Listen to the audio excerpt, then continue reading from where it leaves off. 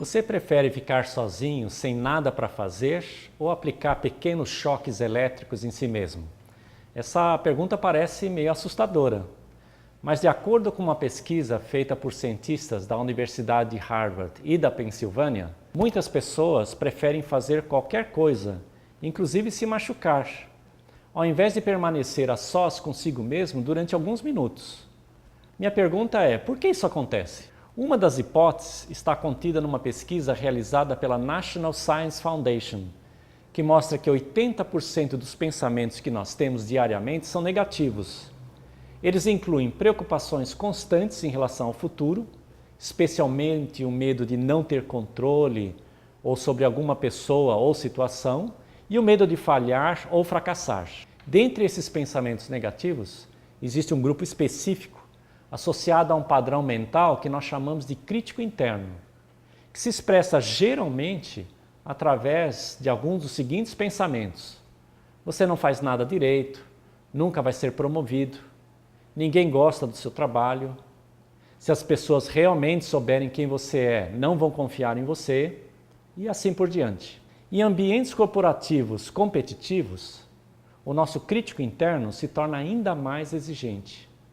Mesmo profissionais de sucesso acreditam que não são competentes o suficiente.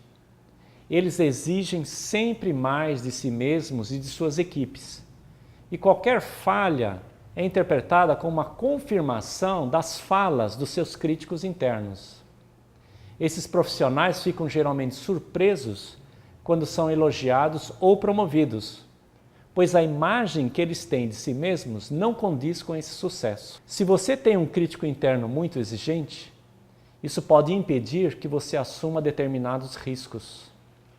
Nesse caso, você terá dificuldades para inovar e experimentar novas possibilidades.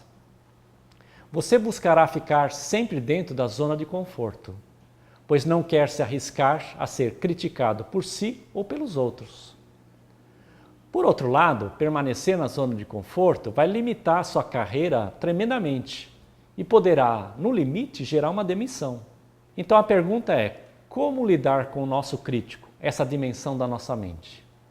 Primeiro, é importante compreender que a intenção de todo crítico interno é nos proteger do sofrimento.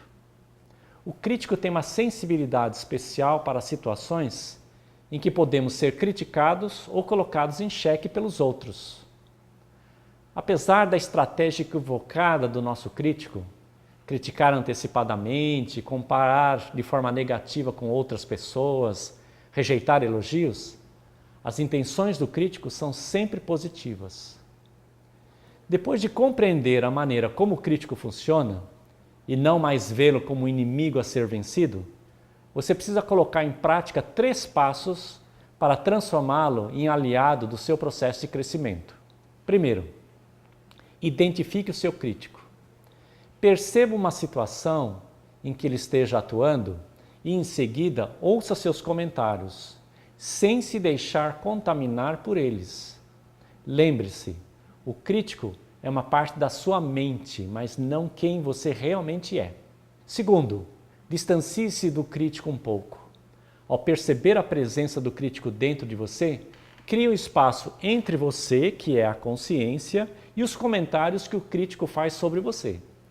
Isso pode ser feito respirando profundamente, localizando que parte do seu corpo é ativada pela presença do crítico e quais são os comentários que ele faz naquela situação. Esse é o passo mais importante e difícil de ser alcançado, pois geralmente nós confundimos a voz da consciência com o discurso do crítico. Terceiro, estabeleça uma relação com o seu crítico interno. Imagine que o crítico é uma pessoa dentro de você. Desenvolva uma relação de empatia com o seu crítico e descubra o que ele quer alcançar para você e qual é a estratégia que ele está tentando utilizar para chegar nesse objetivo. Tente compreender as motivações e os esforços do crítico e os esforços que ele emprega para buscar protegê-lo de situações novas ou ameaçadoras. Em resumo, embora o crítico interno crie para a maioria de nós uma experiência negativa, a maneira como ele funciona pode ser modificada e direcionada para apoiar nossos objetivos. Ao invés de minar a autoconfiança, o crítico pode ser convidado a assumir um papel positivo em nosso crescimento profissional. Tudo depende da sua capacidade e vontade de conhecê-lo. Boa reflexão.